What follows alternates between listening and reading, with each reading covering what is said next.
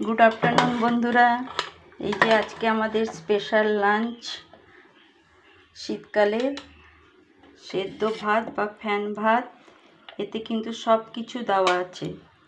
এটা আলু মানে মুগ ডাল কড়াইতে ভেজে নিয়ে কড়াইতে গরম করে মুগ ডাল দেওয়া আছে, ফুলকপিও দেওয়া আছে, মটরশুঁটি, ফুলকপি, মুগ ডাল, আলু, বেগুন আর টমেটো।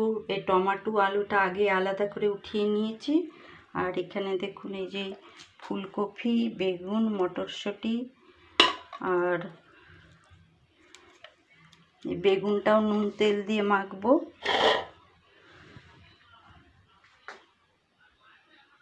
আর এই তো খিচুড়িতে যা দেওয়া হয় সব কিছুই দিয়েছি, কিন্তু এটা ফোড়ন করা হয়নি। এতে নুন আর সর্ষের তেল, তার সাথে লঙ্কা সেটাও দিয়ে দিয়েছি।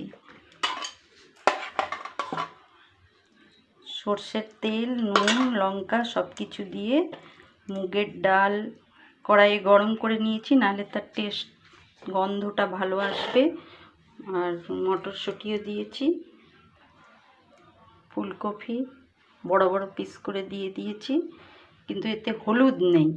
খিচুড়িতে যেরকম হলুদ দেওয়া হয় আর ফোড়ন দেওয়া হয়, এতে কিন্তু ফোড়ন নেই। তাছাড়া সমস্ত কিছু আছে।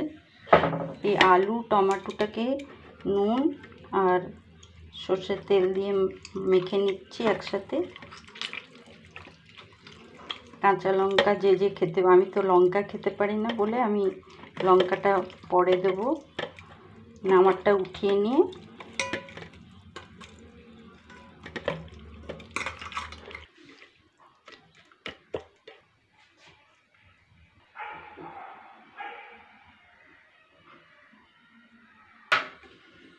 তার সাথে দেখুন কাঁচা কলা আর আমার গাছে কটা কচু বেরিয়েছিল, মানে কচুর গাছটা উঠিয়েছিলাম, তার সাথে কটা কচু বেরিয়েছিল, তাকেও এরকম করে কেটে নিয়ে নুন, হলুদ, সবজি মশলা দিয়ে ফ্রাই করেছি। এতে একটু চালের গুঁড়োও দিয়ে দিয়েছি।